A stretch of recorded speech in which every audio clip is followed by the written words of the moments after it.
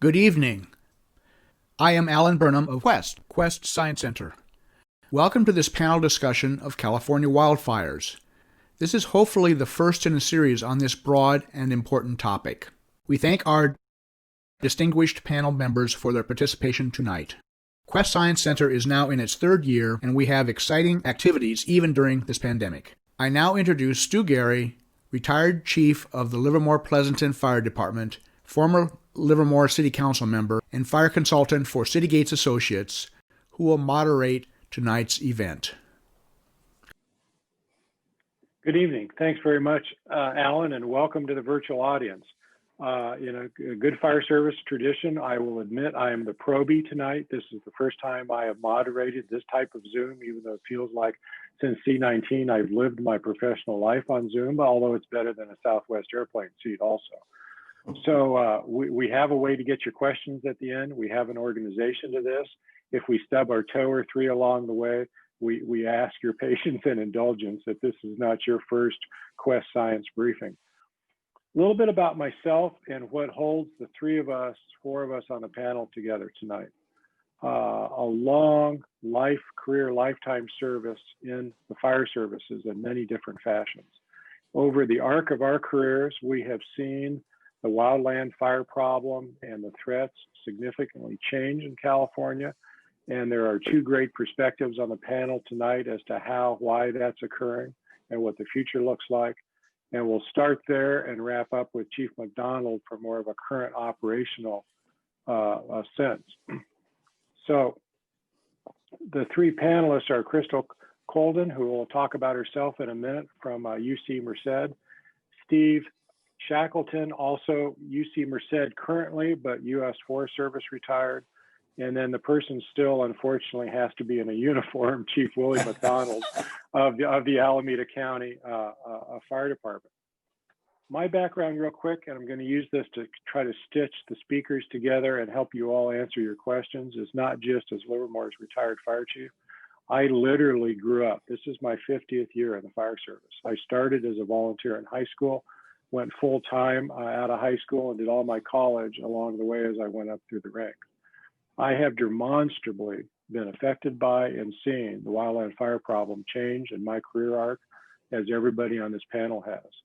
And at times we turn to research and science to understand it, but everybody on the line today will tell you fire today is a phenomenally underscored different problem than it was. I joined after, at the time, the first mega fire, so they thought, in San Diego County in 1970. That was somewhere around 70,000 to 100,000 acres. The Laguna fire, and that was unheralded at the time. I was burned over slightly in a fire engine, lost my fire engine to an ember in the 1980 Panorama fire. And that fire was 400 plus homes lost, and that was a devastating event. Last year, my team and I did the Woolsey Fire After Action Review for Los Angeles County, and Woolsey was the fastest, most aggressive fire ever in the Santa Monica Mountains. And from the moment it jumped the 101 to hitting the beach in Malibu, all three drainages, fire corridors in the Santa Monicas, from 5:15 a.m., the entire Santa Monica mountain range burned and was to the water before 12 noon.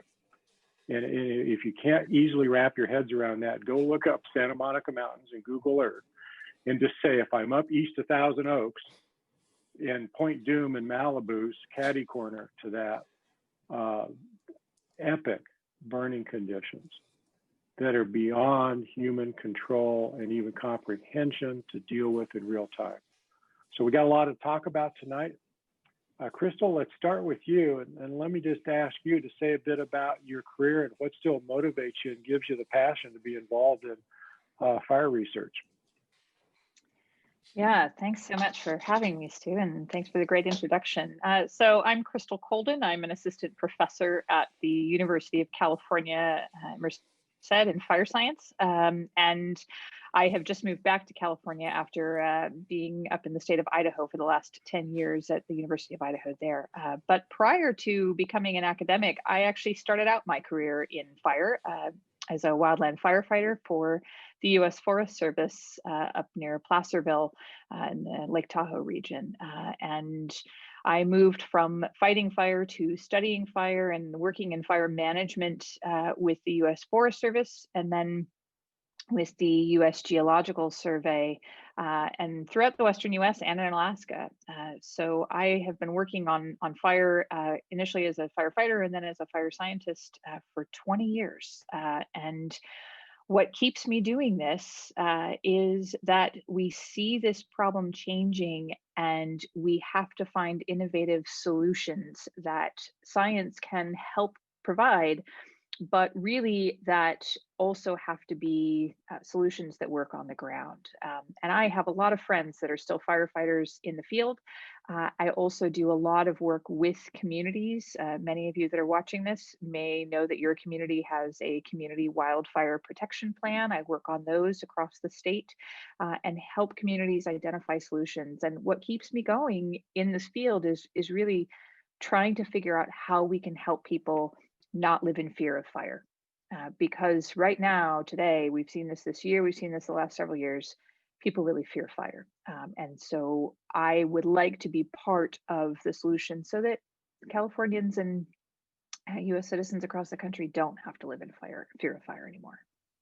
I really like that sentiment, and we experienced it this summer after the lightning storm in Livermore. So I couldn't believe how many social questions I got from acquaintances as the fire burned in East Santa Clara and Southern Alameda County. That Willie will touch on that and other ramifications. But as it really got going, a valley flat community separated by fairly sparse grasslands and vineyards all of a sudden awoke and said, here it comes. Oh my gosh, what do we do? Should we be concerned? Can it leave the hills? Can it do this? Can it do that? And it just reminded me that most of the public, unless they really receive training and live in a very, very high fire threat zone, they don't know topography terrain, the fuel model, the wind conditions. They don't understand how to hear the messaging coming at them from the agencies and put it in context. And sadly now they jump to, well, this is another Coffey Park. And if Coffey Park can be burned to the ground in Santa Rosa, or Malibu be devastated, it can happen anywhere. So I know the three of you will put that in context. Now with that, Crystal, you're up. Okay. So instead of asking everyone to look at my overly lit face with horrible reflecting glasses, I thought I would share a couple slides here to help think about this fire problem in a larger context, which is that here in California, people have lived with fire for millennia. Now, I will admit this picture is actually from Australia, and this is an Aboriginal woman in Australia that is tending fire in that landscape. And Australia and California share Mediterranean ecosystems that have always burned. And the indigenous people of California used fire across huge sections of the landscape across the entire state. And many of the tribes in California still use fire today, albeit on a much smaller scale. So we know that historically there has been a lot of fire in California, both from lightning ignitions, like Stu just described, but then also from human ignitions from this long history of indigenous fire stewardship on this landscape. And of course, what we've seen the last 20 years is that there has been this change. And I suppose I should say, for those of you that have been in the fire service a lot longer, you've probably seen this increasing much longer than 20 years. And so the questions have arisen, well, what is driving this change? What is making these fire disasters much worse? And climate change is a big piece of that, right? Climate change has a lot of different effects on fire. This is a highly complicated graphic that comes from a paper that we published relatively recently in a scientific journal. But the thing that really I want to convey with this is that it's not simply just that it's hotter and drier, which it absolutely is. California just had its hottest August, September, October on record, right? So the 3-month period that was really spanning the fire season this year, it was the hottest on record, and set hundreds of individual records all over the state. But really, it's a complex thing. There are a lot of components to how climate change affects fire. And at the center of those effects is how we humans are functioning on this landscape and how we have altered California from what it was 200, 300, 500 years ago before European colonization. And the thing is that this is not going to end anytime soon. We continue to live here, we continue to alter the landscape, and because we continue to emit carbon into the atmosphere, we're continuing to alter the climate system, right? But it's not just climate change, and this is where a lot of the debate in California is that, well, is it just climate change, or other entities will argue that it's really about forest management, or it's really about people living in these high fire risk environments.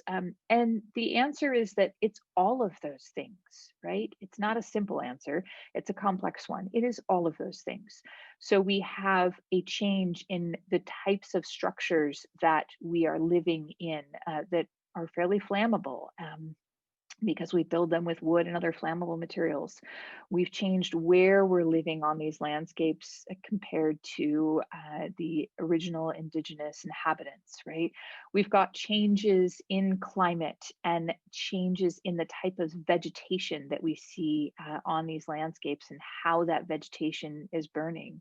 And then, of course, we've also got changes in how humans are responding to fire. And we just talked about this sort of fear of fire. And 100 years ago, or probably more likely 150 to 200 years ago, people didn't really fear fire on this landscape. The early settlers, like the indigenous occupants, they used fire on these landscapes, and they used it to clear land for agriculture. They used it to regenerate grasses for grazing livestock, and they used it to actually create defensive space around their little villages and homesteads and communities in order to maintain that safe space. So there's a lot of human factors that go into our relationship with fire that are changing and helping to create part of that risk matrix. And so when we look at sort of this big picture of, okay, there's always been fire here, there's always been this human relationship with fire, but now we have enormous disasters. And the question that tends to be asked is, well, what do we do next, right? What do we actually do? And of course, if you read certain articles in the state, the solution is as simple as we should just stop living in high risk areas. And I am a strong, I am a strong proponent of not following this advice, in part because there are a lot of high risk areas across the state. This is the old CAL FIRE hazard map. They literally have just replaced it with a newer map that I have not had a chance to grab yet. But this is where there is fire risk and homes across the state. It's a lot of the state, and it's a lot of the desirable parts of the state to live in. And unless the 20 million people that live in these areas want to all get up and move somewhere else, that means that we're going to continue living in fire-prone areas. And there are a lot of places that are not designated as fire prone on this map that have actually burned in the last several years. And one of the things that CAL FIRE has started doing is actually visiting structures that have burned in recent year fires. And when we looked at the data set of structures that have burned between 2013 and 2018, so this also includes both the Woolsey fire and the Camp Fire, over half of the structures that burned in the state during that 5-year period were in areas that CAL FIRE had designated as unburnable, low probability of burning, right? And yet they burned. And that's in part because of those changes in climate, changes in vegetation, and changes in how the fire season and fire activity is responding. So what do we do then? Well, we can look to the past and look to science to ask ourselves, how do we live with fire, right? And this is the first thing that I always try and impart on people that ask me these questions, whether they be students or journalists or just people in the general public that ask me about this. Can we prevent fires? No, no, we cannot prevent fires. We can substantially reduce the number of fires, and we've done a really good job of that, actually. The work that the fire districts and the fire departments have done over the years to reduce the number of human ignitions has been tremendous, and the numbers actually reflect that we see these actually really low numbers of ignitions. But as we saw this summer in 2020, we have lightning that still ignites really big fires, and there's nothing we can do about that. And we will always have some small level of human ignitions from accidents and other types of things that we simply can't anticipate.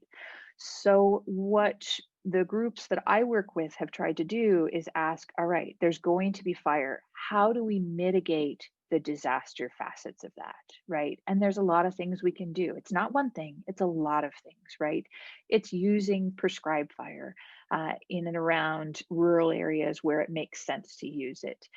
It's installing air filtration in cities where smoke impacts have been tremendous the last few years, in places like San Francisco and Los Angeles, where the bulk of the population lives.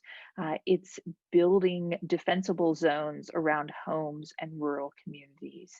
And it's really thinking about how we can live with fire in a way that is not disastrous to us and has minimal impacts, minimal negative impacts to us, and also sustains the ecosystems in California that we depend on and that actually evolved with fire.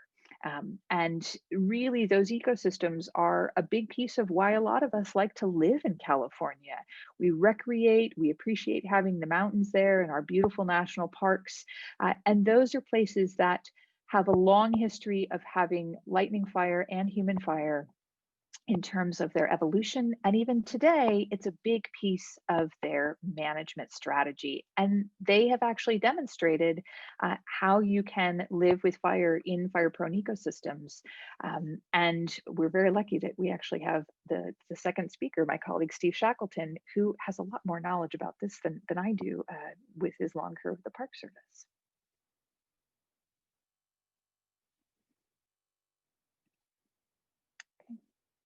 And I will turn it back over to Stu. Very nice. Thank you, Crystal, for teeing that up, not only for Steve, but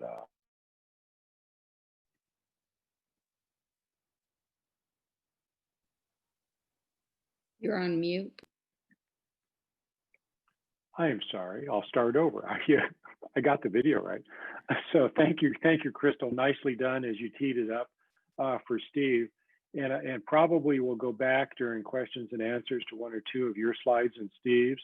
But I want to draw particular attention to one of that last slides of Crystal in the lower left corner. And as you think about your own defensible space, your own subdivision or rural living situation, think about layers. You're going to hear from Steve and Willie and all four of us. It's not one single preventative technique. It's a layered system of defense. And if you're ex-science, military trained, you're going to think about, right, defense is layering. Football defense is layering, anticipating more than one thing occurring at different distances over a different time arc. So with that, Steve, tell us a bit about yourself and why you still have a passion to keep going in this business. Thanks, Stu, and hello, everybody, and thank you, Crystal. When I was young, I was going to college in Willie's hometown, Fresno State, and in the summertime, I was working as a firefighter on Sierra National Forest in the Bass Lake District between Fresno and Yosemite National Park, and enjoyed it. And as they say, life's what happens while you're busy making plans. I was pursuing other university backgrounds in my 2-degree programs there at Fresno State, and wound up being captured by the becoming fascinated and enamored with the work that around fire. After 6 years with the Forest Service, I migrated to the National Park Service and wound up in jobs that included fire in Wyoming and Hawaii and Alaska and back in California. As all of the panel members know, you may be working in a fire responsible job in one particular place, but because of the nature of the discipline, you wind up traveling around large regions of the country working on different fire problems. I spent 40 years with the federal government doing that sort of thing. And as Crystal alluded to, the natural influencers, some of which may be exacerbated by humans and some may be the product of natural cycles of the earth, were changing. And the problems were becoming more complex over time. And as we all know, especially here in California, arguably more catastrophic over time as things have gotten drier and warmer longer every fire season for the last 40 years at least.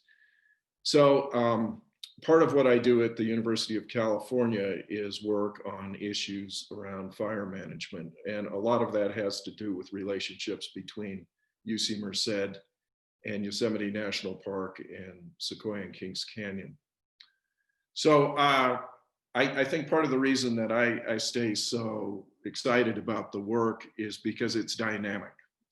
The issues are more complex all the time. And it seems to be, as Crystal mentioned, a sort of never-ending challenge. And so tonight what I'd like to do is talk about maybe two lenses that we can think about with respect to fire. One has to do with direct fire management, and the other has to do with possible workaround. And I'm sure my fellow panel members wrestled with this same problem that I'm going to state for you.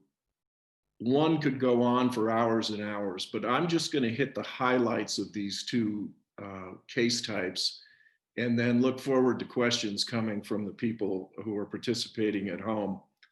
And so I'm going to try to keep it short and probably create more questions than I answer, but let's see how it goes here.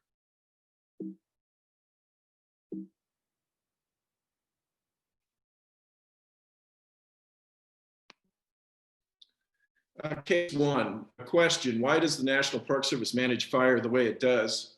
And how does it have the confidence to use fire as an agent of risk mitigation and ecosystem management?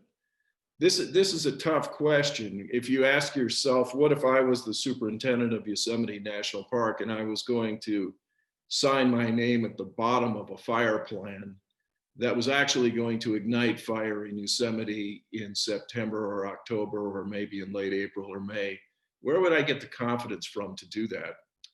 And the answer's pretty blunt and pretty short. It's a combination of enabling law fused with your knowledge of the best available science. And then that distills itself into policy that's reasonable and stands the test of risk. And we're going to talk a little bit more about this. So let's talk about the law for a minute. A lot of people ask the question, how come CAL FIRE isn't doing more prescribed fire? Or how come CAL FIRE is not doing any prescribed fire in certain parts of the state? And same question goes with the Forest Service sometimes. Well, you have to ask yourself what the mission of those agencies is, and how does that mission differ from the National Park Service, which has used prescribed fire for around 50 years now. So part of that has to do with the statutes that set up the mission of the Park Service. And the basic law that sets up national parks was promulgated in 1916. It's called the Organic Act. And it charges park managers with protecting parks and everything that's in them for public enjoyment in perpetuity or forever, and fourth, in a way that leaves them unimpaired. So a park manager cannot put a wall around the park and say nobody can come in. They're there for public enjoyment. They invite the public in. But they have to be protected in such a way that nothing in the park is impaired. And an impairment is a severe impact, an impact that's hard to recover from, will take an undue amount of time to recover from, or perhaps can't be recovered from. Two other laws that came into effect in the mid-70s were the General Authorities Act, which said that all of the parks in the system, and I think we're up to 422 now, should be thought of as an integrated set of elements. Each reinforces the other. They should be viewed as a collection. And if you tug on the thread in one, it's felt in the others. So it holds managers to an extremely high standard to manage not only for the values of their park, but its reflection on the values of the other parks in the whole national park system.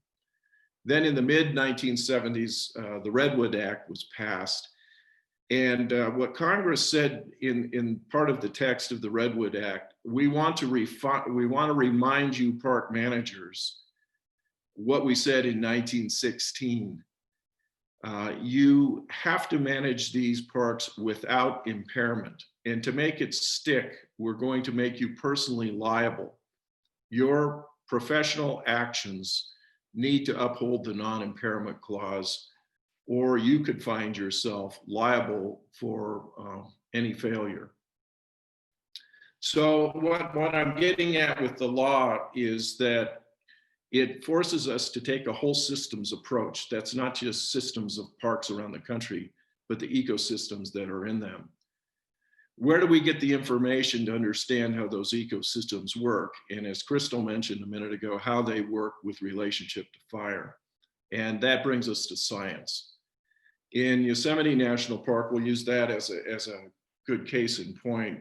We were lucky back in the early 70s to have the meeting of Jan van Wagdendonk, who was a smoke jumper while he was going to Oregon State, and then eventually wound up going to Berkeley and studying for his PhD under Harold Biswell, who had come of age as a range scientist out of the Midwest and had come to work between Fresno and Yosemite at the Forest Service experimental range near Coarsegold. And Biswell was very interested in the effect of fire for rejuvenating rangeland. And as he came out to California from Nebraska, he began to realize that it had definite beneficial impacts for pine forests as well. So back in the early 1970s, Van Wagdendonk did his dissertation on fuel modeling that would predict fire behavior, especially in things that fire managers care about, like rates of spread, flame lengths, and energy release that tell us how benign or destructive a fire is likely to be. As a result of that, we have a legacy of 50 years of scientific testing, trial and error, and monitoring in Yosemite and Sequoia National Parks and other parks.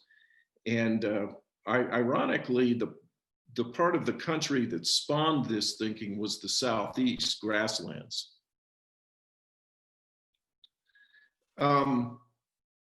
What is in a fire prescription? There are only three components of fire: the fuel component, the introduction of oxygen, and heat. And as Crystal mentioned, in California, usually the heat source, the ignition source, is lightning. There's nothing we can do about lightning. We certainly can't do very much about the oxygen that's ambient in the air. So the place where we can work on fire mitigation is the fuels. One of the most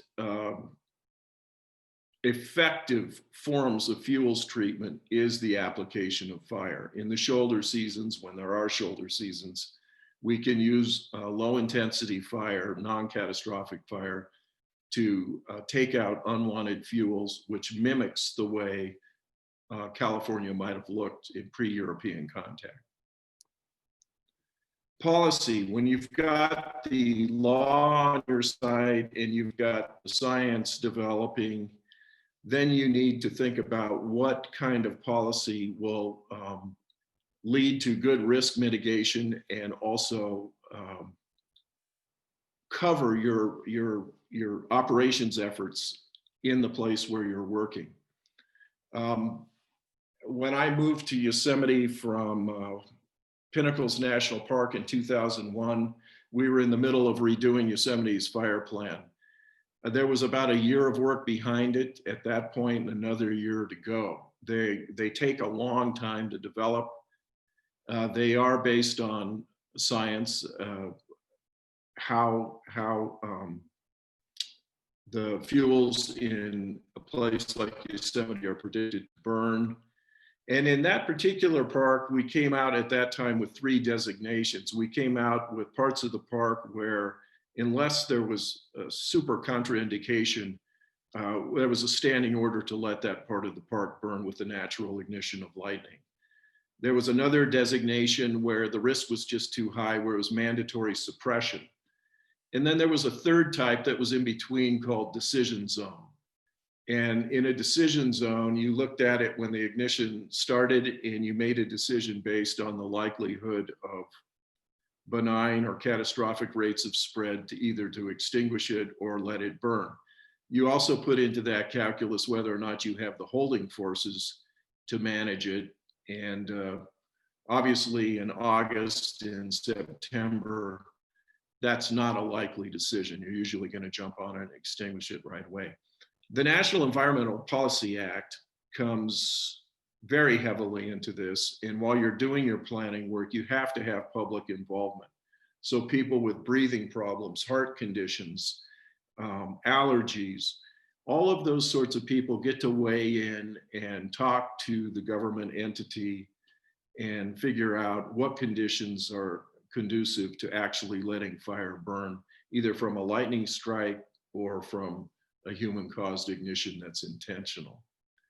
So when we think about why or why not a local fire department uses or doesn't use prescribed fire or managed natural fire, is what we call a lightning strike fire, you have to ask yourself if they have an infrastructure in place that, like the one I just described, that has law, science, and policy on their side, or perhaps their mission is narrower. Perhaps their mission is only suppression. So I don't think it's fair to be critical of a fire department that does not look at prescribed fire or managed wildfire in a vacuum.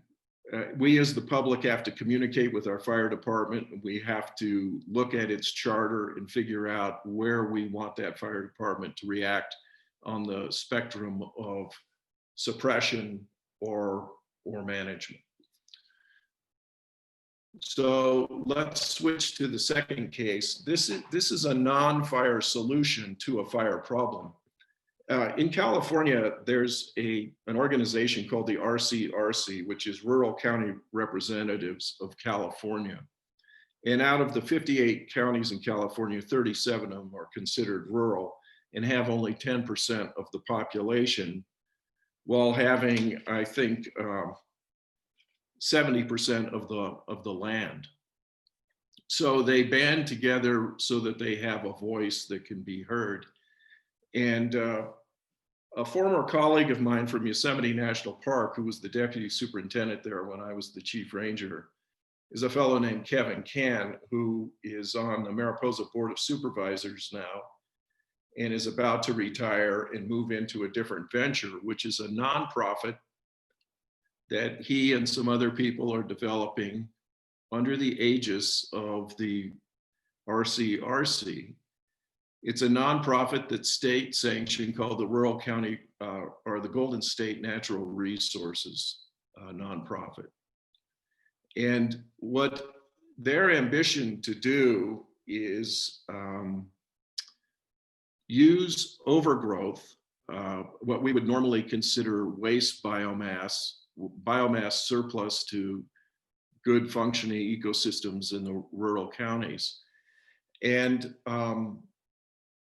at full build out, have 17 milling facilities that will take that biomass, which has been chipped, and turn it into fuel pellets that will be a renewable resource for relatively clean energy around the world. And the first clientele is Japan and Korea. Japan is moving away from its nuclear and coal-fired power plants, and has signed a 20-year agreement with Golden State for these wood pellets, which will be shipped across from the port of Stockton. Golden State's goal in the year 2023, as I understand it, is to ship 500,000 metric tons of pelletized wood chips to Japan, and at full build out, 5 million metric tons a year. So imagine that much biomass that's extraneous to healthy ecosystems coming off the landscape and being used as a relatively clean energy. Their ambitions are fourfold: enhance the public safety by reducing fire risk, improve air quality because of smoke and habitats through forest restoration, enhance carbon sequestration resulting from healthier forests and reduce catastrophic fire, and rural community job creation.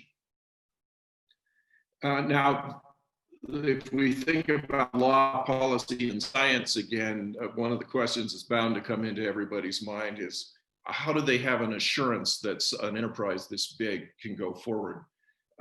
They've actually been working for the last couple of years with the Department of Agriculture, and who has agreed to experiment with this concept in Region 5 of the Forest Service, which will bring 20 million acres of available landscape for this biomass remediation.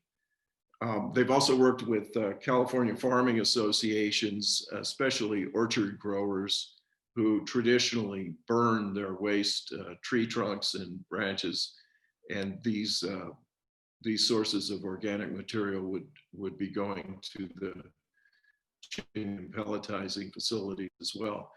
Plus, they're working with landfills to obviate the need for burning waste biomass in landfills and putting it to a better, cleaner use. And that wraps it up for me. Here's my contact information, and when this set of materials becomes available to the participants, I invite anybody who has more questions to get a hold of me directly. I'd be happy to chat with you. Thank you all very much. Thanks, Steve. Nicely done. And I'd like to tie a couple of things together and admit something too. So first, if I ever knew about the legislative underpinnings of the United States Forest Service or the National Park System, I forgot it like 40 years ago. So I think it's a good topical reminder to just talk about the regulatory construct.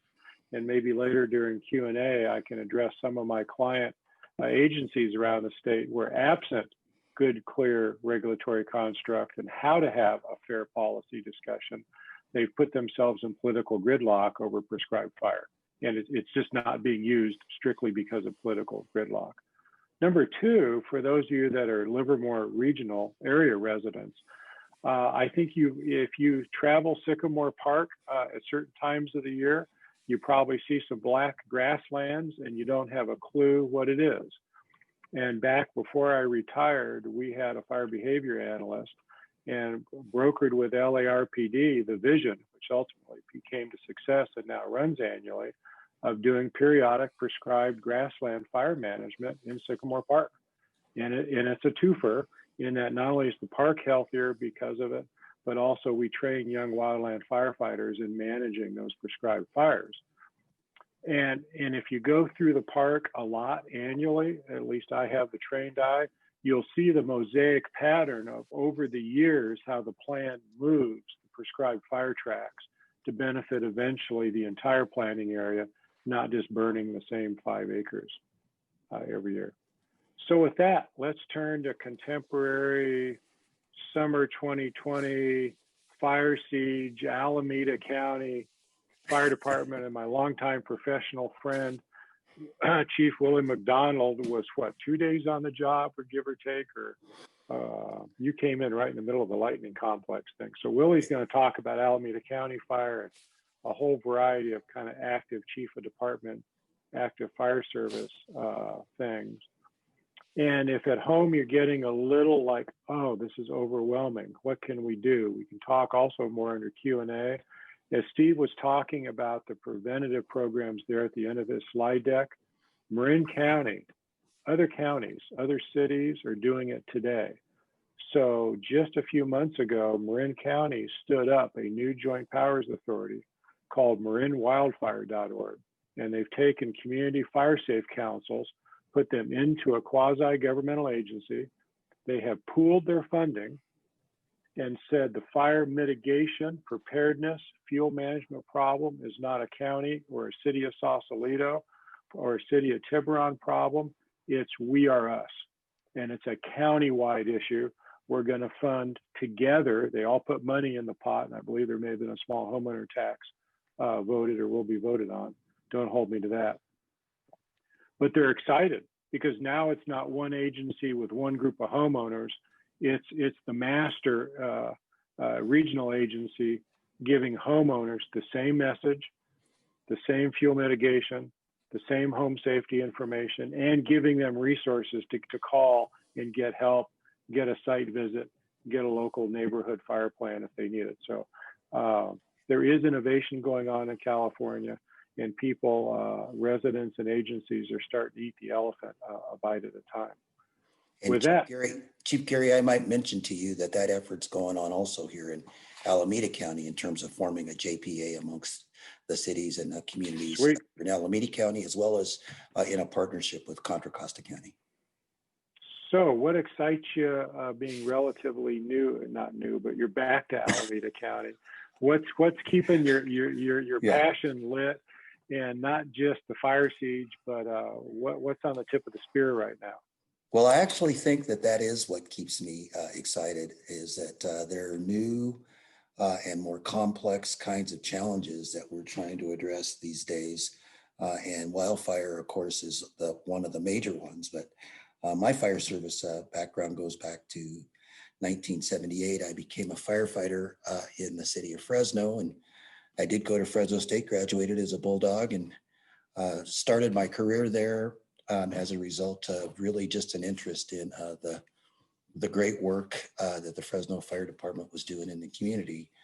I've since left Fresno and moved on to other parts of California, to the Bay Area in the 90s, in Foster City, San Mateo, and Fremont, and San Jose as well, and a couple of years in other states. But I have thoroughly enjoyed and been honored to be able to serve communities. And as I say, the complexity of the hazards that we're faced with these days, and the challenges that our folks are facing, and as well the size and the challenge of the wildfires that we're facing, I think is what's driving me. And what I'll say is wildfires are getting bigger and more complex and longer and more frequent. And I reference the SCU lightning complex, which started actually on August 16th. And if I could, I will share a screen here. This is an example to me of what we're dealing with these days, is that the fires are getting larger, more frequent. I think the fire season is essentially becoming year-round. And this is an example. This fire started as a result of thousands of lightning strikes for, I think, a very unusual thunderstorm that came through California on August 16th. Fire started in Contra Costa County, which would be up here, and spread into Alameda County later. Can I have a on enable me, and then we started to see fires occur as the time went on in Santa Clara County and in eastern Alameda County. This fire, so this is a map of more than almost 400,000 acres over 44 days. Fire, I hope you can see that. Can you see that? As an example of the fact that I believe that fires are Yes, becoming but more it's too frequent large. and Can larger you scale it down a bit? There you of go. the history How's of that? California and the Much largest better. fires We in can see the whole California history. the burn perimeter now. Four of the So I'm five really largest technology fires in California savvy history here. I'm going to have try to been get this it on year. my screen. And so the SEU Lightning Complex, 396,000 acres, 222 structures lost. And the fire involved actually 5 counties, including Contra Costa, Alameda, Santa Clara, San Joaquin, and Stanislaus counties. And 22 fires that actually grew into a single complex incident.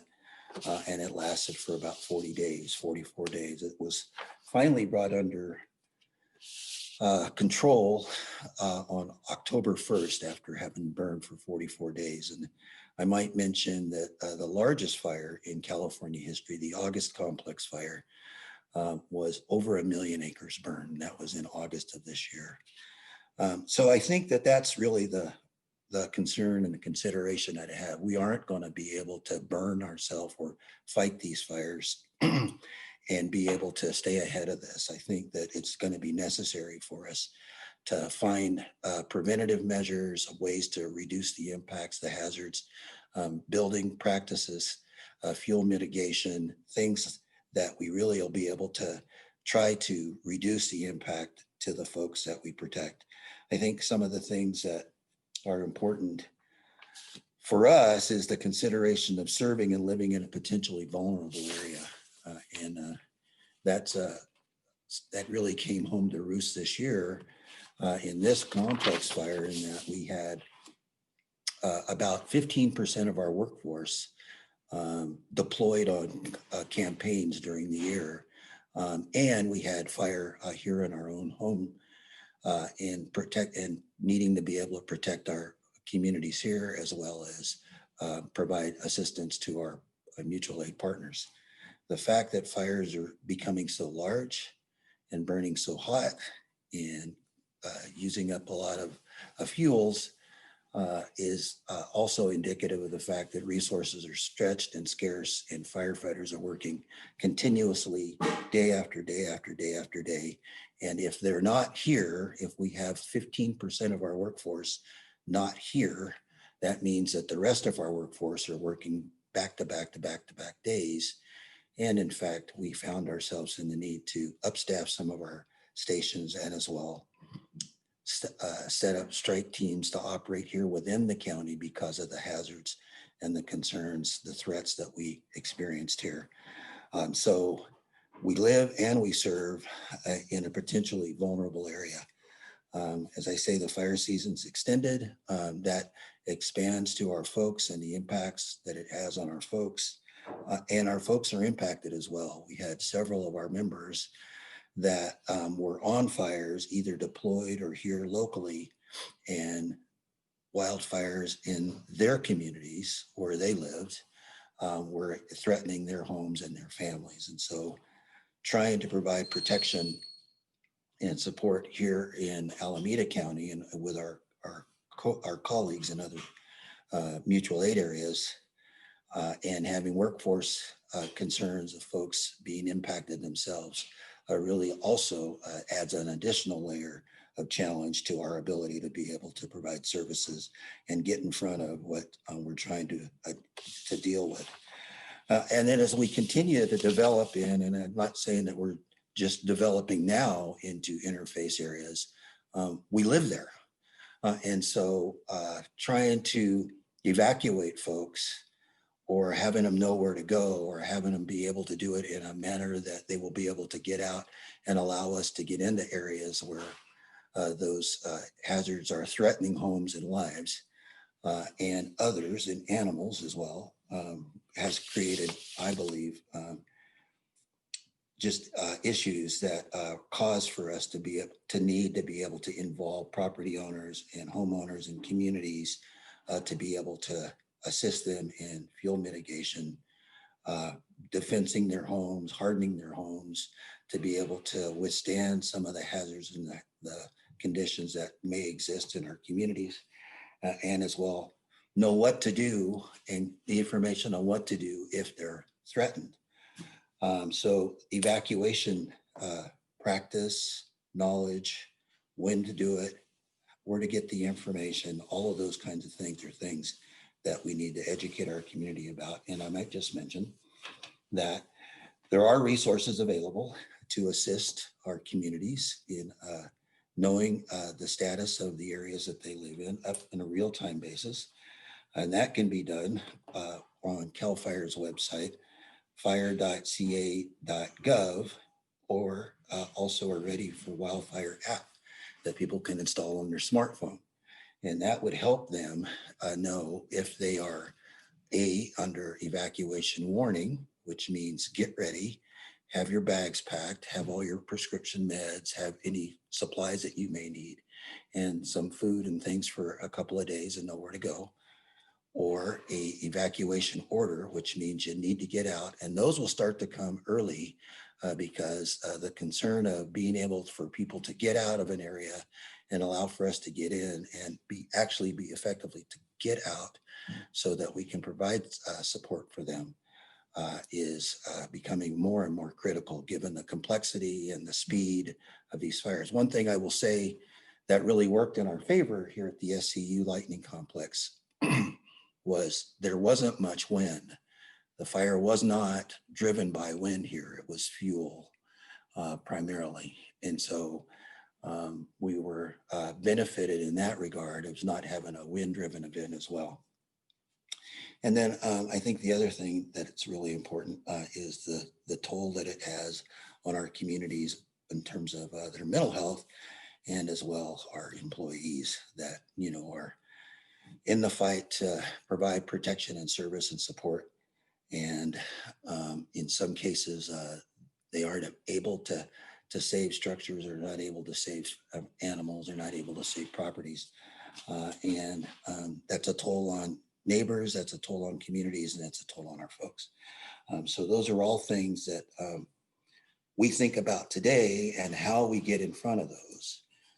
Again, it's my opinion that we're not going to burn our way, or we're not going to fight fire our way out of these concerns. We're going to have to work very closely with our communities on vegetation management efforts, as you say, larger reaching, more regulatory, more restrictive requirements in terms of managing vegetation in wildfire areas or in vegetation areas, and requiring, I think, building practices or prescribed practices for hardening homes or protecting homes, and ensuring that these homes are, to the extent possible, as fire resistant as they possibly can.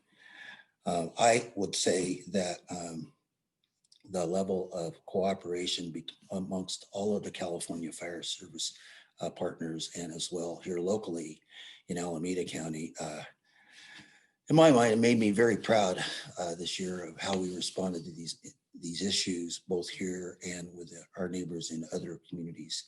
The number of the fires that we responded to, the number of incidents, the complexity, the amount of property and land that was consumed, and the limiting factor of resources really created, I think, the most extreme and extraordinary challenges and concerns. But I think the California Fire Service really rose to the occasion, and I'm really proud of the response of all of our folks. So that's all I had to share with you, and I'm happy to answer any questions.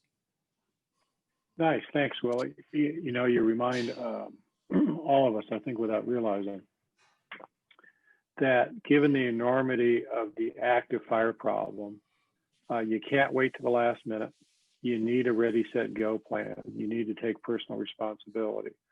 And I know the folks, Santa Rosa, Paradise, sadly, multiple locations in Alameda County, the first time they're caught flat-footed. You just hear it from the public testimony. How did this happen? Why didn't I get the word? I didn't know where to go. I didn't know what to pack. And then by the second, sadly, the second, third, or fourth fire in, they're pros at it. Right. And they know exactly the level of alert they're on, and they know exactly what direction to go and to help manage the traffic problem. So Right. I think all of us on the panel would stress ready, set, go. And I think you and the other two panelists have also stressed there are constructive coping techniques moving forward to live in the environment. We're not going to erase the problem, nor are we going to erase millions of people who already live and have to coexist with the problem. And Right. there's going to have to be a multiple approach to live with it within it. Those of you that maybe are new to this topic tonight, let's talk a minute about the human dynamic, both on the population and the firefighter family. This last winter for us was summer in Australia.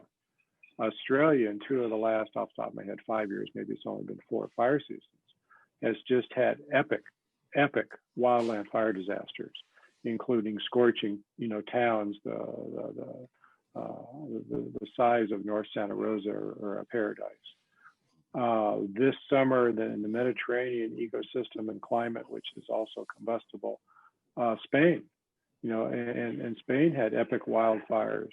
And you do start to have to ask yourself, yes, the Mediterranean climate zone around the planet has always been combustible.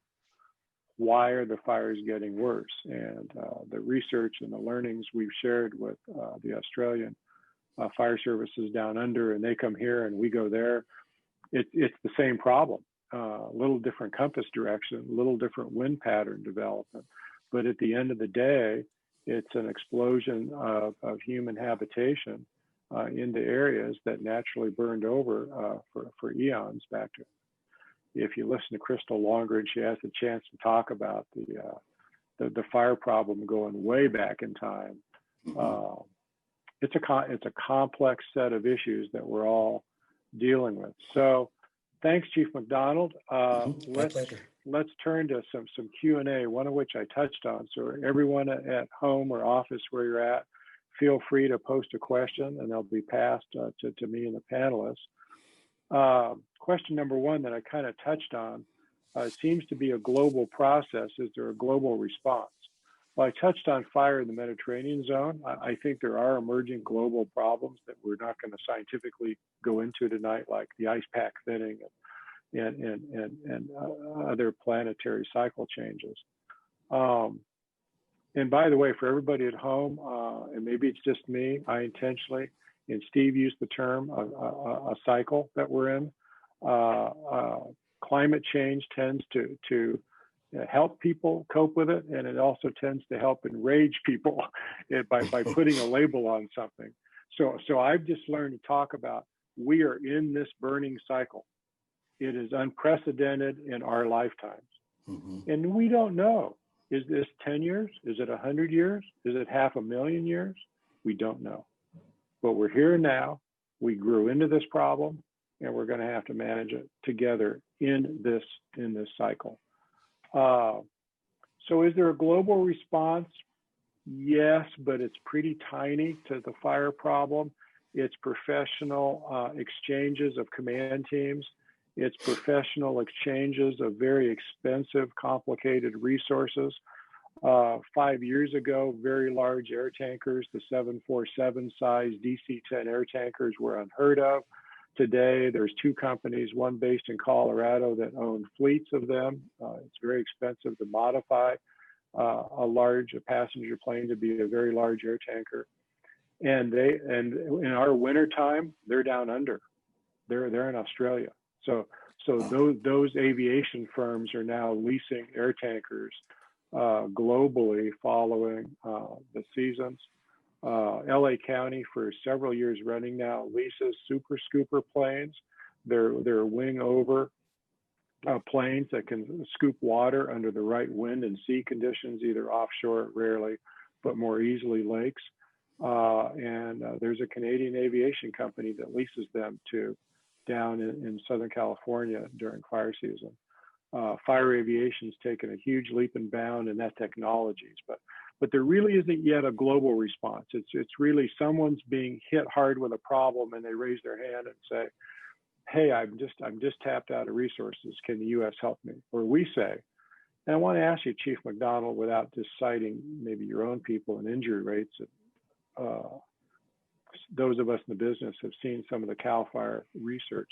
Let's go back to the impact on your people. What's it like to not get a day off for a month, and half that time being in active fire combat on a 24-hour rotation?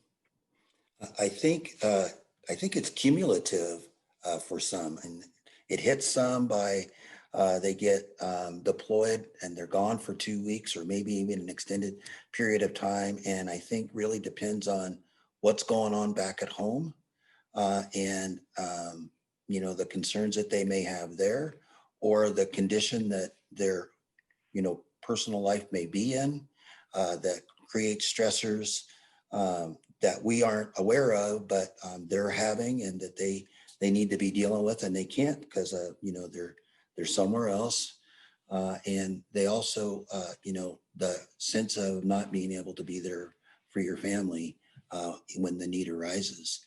And on the flip side of that, or on the other side of that, is we've got guys who, if we've got 15% of our workforce out, can't go home, and they don't go home for 7-8 days.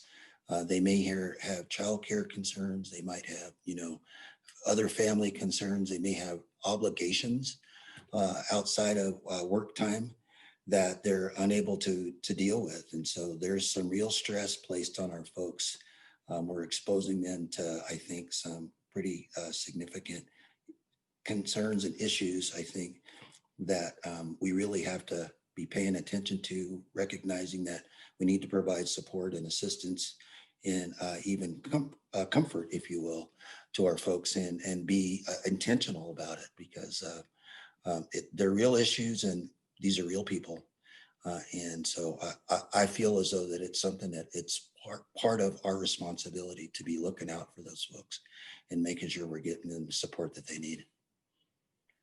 And I know on the flip side of that, that's well said, the civilian population impact is not to be underestimated.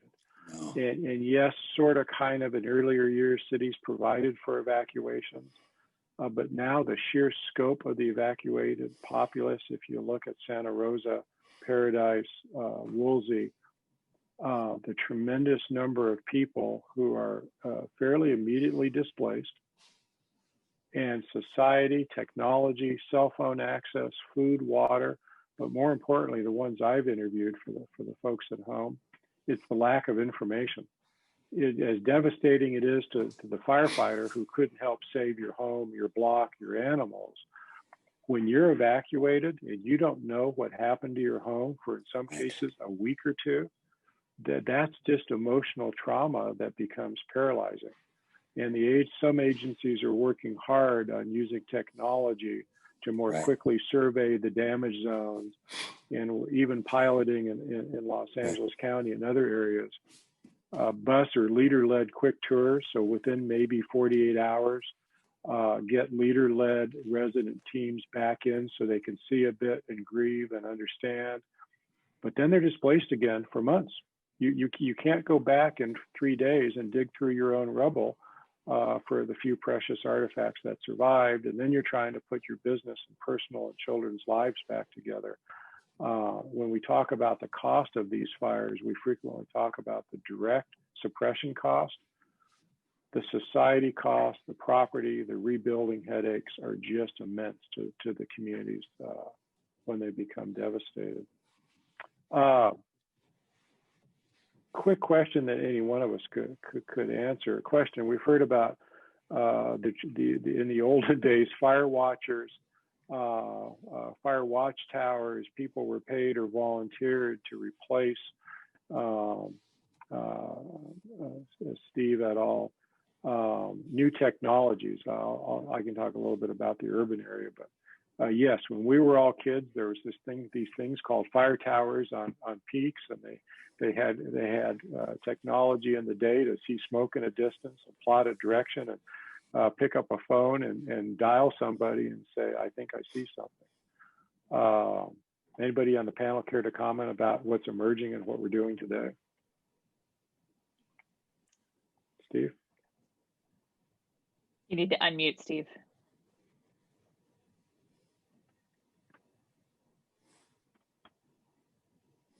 Fire towers still have a place, and there are still many fire towers around, but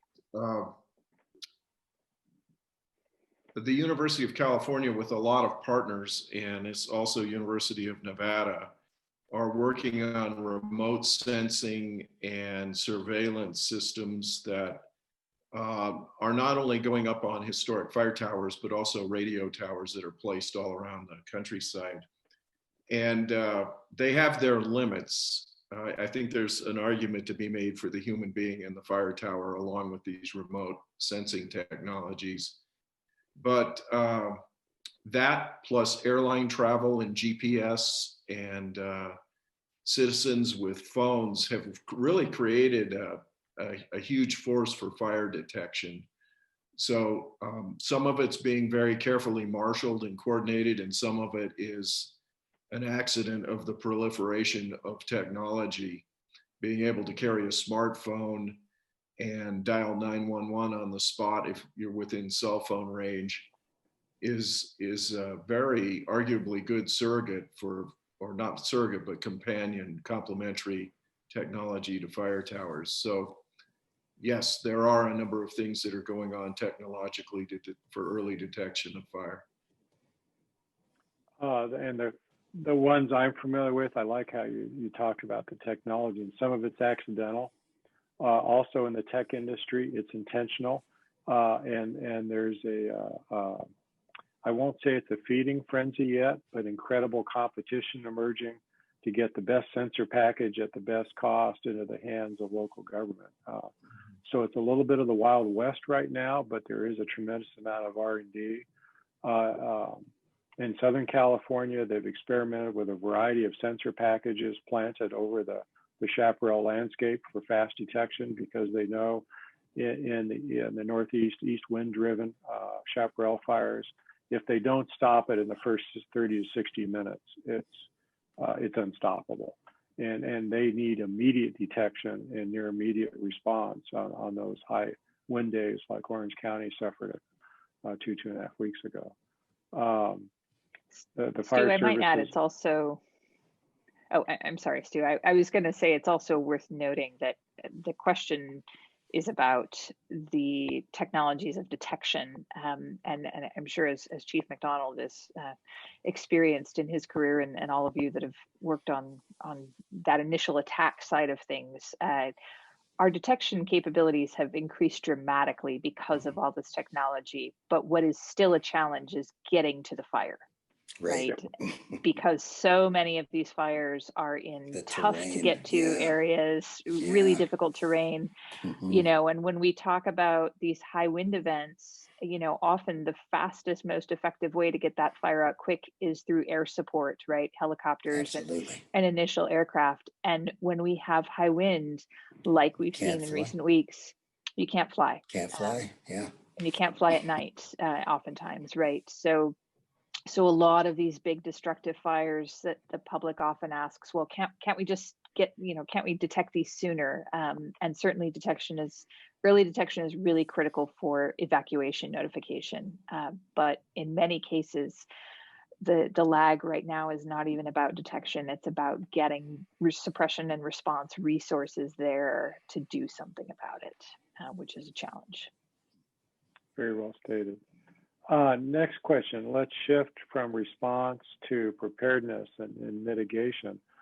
And I'll toss this out to any of the three of you. The particular vegetations to plant around our homes in places like San Ramon, Hayward, Dublin. So here in the more suburban Tri-Valley, riparian grassland, oak model of the fuel model of the East Bay.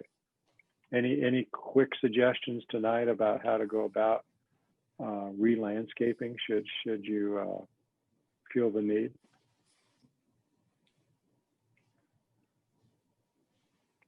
I would say that the best resource to ask is is going to be very local, and oftentimes if you've got a local Firewise program in your community, they're a great resource. Of course, there's the national Firewise program, and then individual communities often become Firewise. The National Fire Protection Association also has an entire website and set of resources that are dedicated to helping homeowners find the vegetation that makes sense locally. Right, because it's really going to depend very much on where you live, even down to which aspect of the hillside you're on. Are you north facing? Are you south facing? Right? What are your soils? So I tend to hesitate to give blanket recommendations, and instead say, talk to your local fire department. Talk to your local Firewise community leaders, and look for some of those local resources that are going to give you much better recommendations for what to do locally than we can try and give at sort of like even regional scales. I agree, and you didn't take the bait to start with, which I knew you wouldn't. Naming plants or this or that or the other thing. One comment though on this is, talk to your local fire department, see if you have a local Firewise council. It's not just microclimate, it's almost parcel by parcel or by string of parcels. Your topography, wind, solar radiation pattern, your soils, which leads me to soil. There's some really interesting, at least to me, emerging research that carbon in the soils, and it's not just planting a fire resistant plant, but if you have healthy water retaining soils and you pay attention to soil and carbon balance, your plant selection becomes much more pleasing, more diverse. And as you layer the garden or the East 40, if you're on a acre plus parcel, don't just think you can plant it and walk away. Don't just think you can plant in arid ground or drip it and you're okay. The wrong plant, not irrigated, or even the right plant, sparsely irrigated, may not give you any defensible benefit.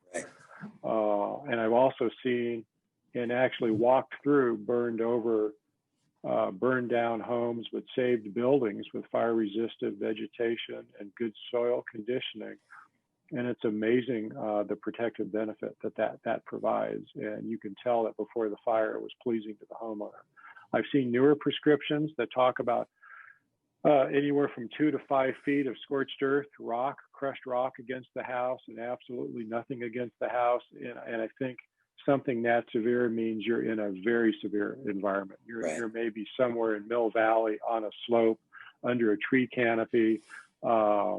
And you just have extreme fuel and topography conditions very close to the home. So as you see, it's a different mix for everybody.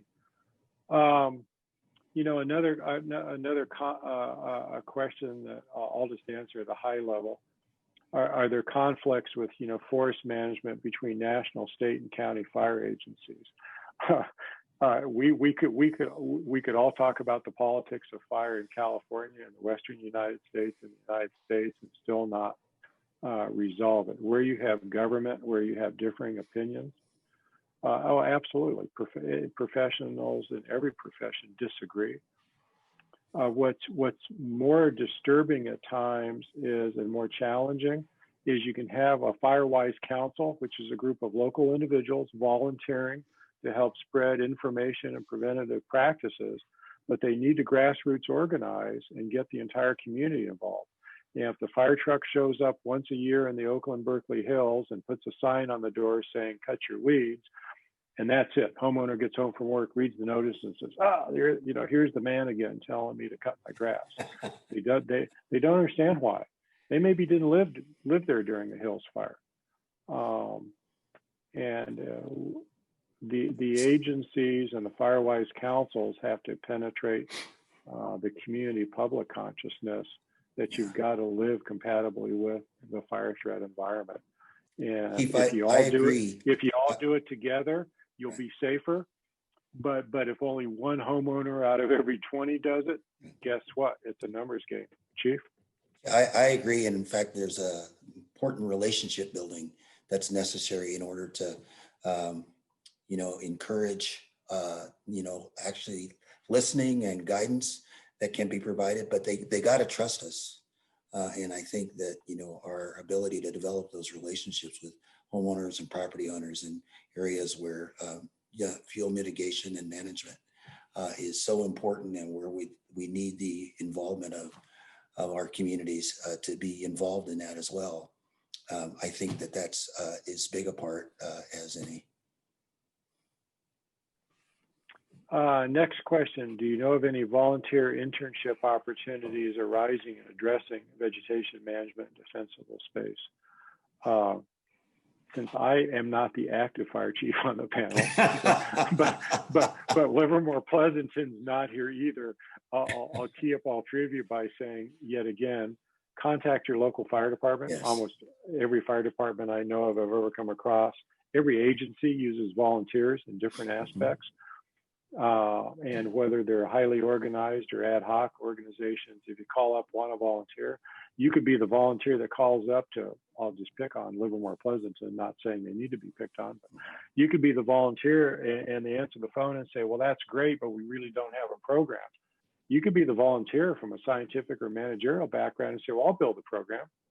If you give me a little bit of agency support, let me do what I can to organize my community and give me an umbrella to work in. And what I just described is how Firewise councils take seed from one person to 3 to 9, and you start to build an ecosystem of community volunteers. So certainly some agencies will take it. Crystal, Steve, Willie, any other comments on that? That's what we see here in Alameda County. It's just really community-based neighborhoods and areas of our county really organize and put volunteers together to provide support for each other and as well protection. So there are opportunities within our various communities, and we can provide that information. Great. Next question, and I'll turn to our two UC panel members, because I'm going to admit I'm too old to know what's being taught, or the youngsters in college want to go career-wise. So the question is, I'm interested in wildland-urban interface reductions, planning, maybe even transitioning into a career in fire prevention. Any career or academic advice on, hey, I'm interested in this field. Is it a field? Is it a career? Is there a college pathway out there? Well, I've made a career of it, and so has Steve. So I think the safe answer is yes, absolutely. And previously I was at a university in Idaho that specifically had a fire management and ecology degree, and there are more and more universities and even community colleges around the country and in California that are building the groundwork for students to go into this type of career. And I think what I hope you heard from the three of us tonight is that these careers are not the sort of traditional fire prevention, fire suppression careers that they used to be. It's not just show up and put the fire out anymore, unless you're a city firefighter that is solely focused on structures, right? For anyone that is working in the urban interface, whether it's a municipal department, whether it's CAL FIRE or the county fire groups that you're trying to get onto, or if you want to go to a career with the federal agencies, U.S. Forest Service, Park Service, it is a fire or land management career, right? It's not just show up and put the fire out. This is a really holistic problem that has to be addressed through multiple facets of management. So folks that are interested in getting into this type of arena, it's not difficult if you're a young person to get on a fire crew because there are various types of calls for firefighters from the Forest Service, from Bureau of Land Management, from the Park Service. Every single year, there's different types of crews around the state that folks can get on that are some of the sort of local type 2 type crews. And it's a little bit of getting getting some experience in fire. It's a tough job. It's a very rewarding job at times. You know, I opted out because it was also a job that was going to kill my knees if I stayed in it, as most senior fire folks will tell you. You know, but it's very much a different type of job than I think it was 30, 40 years ago. And that you really do have to have a broader understanding of how we manage fire across these landscapes rather than just going out and trying to prevent or suppress everyone. As I started off my segment with, we're not going to prevent fire in California. What we have to figure out how to do is prevent disasters and live with and manage fire on this landscape. So, you know, looking at programs at some of the community colleges, you can get your basic fire courses at a lot of community colleges now, and get into some of the forest management or land management work. For example, almost every UC gets into some form of land and resource management, and in the Cal State system, several of the state universities, particularly Cal Poly and Humboldt State, both have strong fire programs. San Jose State is building a pretty solid fire program as well. So there's certainly a lot of avenues through education, but then also through sort of the more hands-on training, the School of Hard Knocks, as my colleagues would say, right? So there's a lot of avenues to get in, and it just sort of depends on what you want to try and do. Steve, I would reiterate what Crystal said about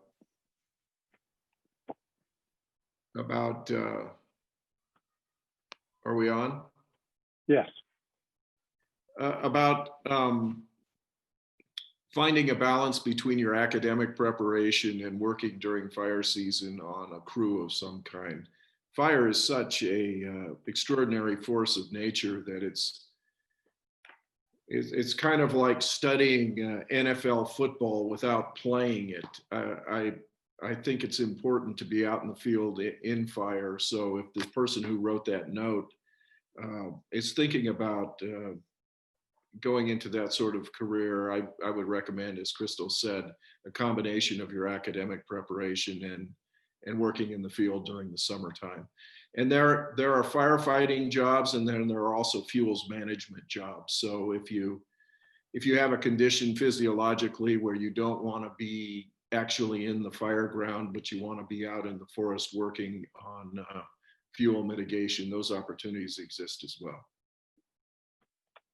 Well taken. And I was going to mention, most folks don't know, they hear CAL FIRE and they see red CAL FIRE engines going to active fires. State Department of Forestry, there's a huge arm of CAL FIRE that I bet everybody that's just listening tonight don't know exists, called the Resources Agency side, and forest and timber management and logging permits and resources management. And a lot of CAL FIRE command executives came out of college with forestry, natural resources type degrees. And yes, they married into firefighting, and they crossed back and forth sometimes between the two houses. And I'm sure the people on the call know the current director of CAL FIRE started in resources management. Tom Porter did not start as a line firefighter initially. So those diverse careers are out there if you're willing to work at it and figure it out in your 20s. We're kind of just a few minutes past. I don't have any more questions in queue. Quick wrap up from the panelists. Anything in the last hour's worth of discussion sparked? Oh my gosh, I wanted to say one more thing. Or are you good for the evening?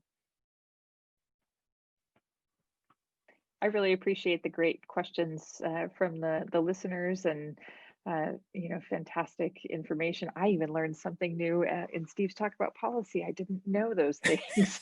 So I love being a PhD and still learning new stuff all the time. It's great. But I really appreciate everybody calling in or being part of this and asking great questions. And I'd like to say I appreciated learning from both of you.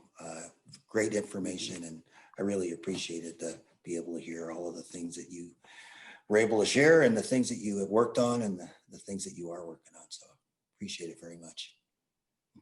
Yeah, I share that same sentiment and would like to thank those of you at Quest and the Bankhead Theater for the kind invitation to join the Yeah. Tri-Valley group this evening. It's really been quite nice.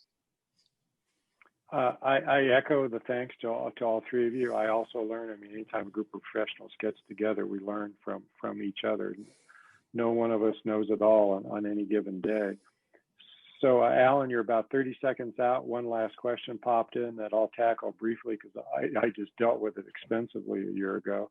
What should older subdivisions do about larger, higher growing trees? Large trees in subdivisions, two pieces of advice. Find a really good arborist, not just a tree trimmer. Find a really good arborist and understand your species, its life cycle. And then if you think it's a fire threat, whether or not you have a shingle roof or a wood-sided home or live on a hill or not, then go ask local fire prevention to make a courtesy inspection and give you some advice. If you think the tree is a fire hazard, get professional fire department advice. If you just don't know the life cycle of the tree and whether it's hazardous or it's too old or too large, go get that advice. And in my case, I had a diseased 110-foot tree that I babied for 25 years, and it finally got irreparable root rot fungus at the base. And 2 consulting laboratory tests later, a consulting arborist said, "Stu, the tree's done." So it's all a journey, and there may come in the point in time to get your checkbook out. Don't ask me what I did 110-foot tree removal, but I'll give you a hint. It was an 80-ton, 130-foot boom crane job. It wasn't two guys in a chainsaw in 2 hours. So with that, Alan, you're up. Thank you very much, audience, for your participation tonight. We would like to thank our panelists for an excellent discussion. We also thank our attendees and hope you found this event illuminating. Please follow our activities on our website and social media, and we are always thankful for your financial support.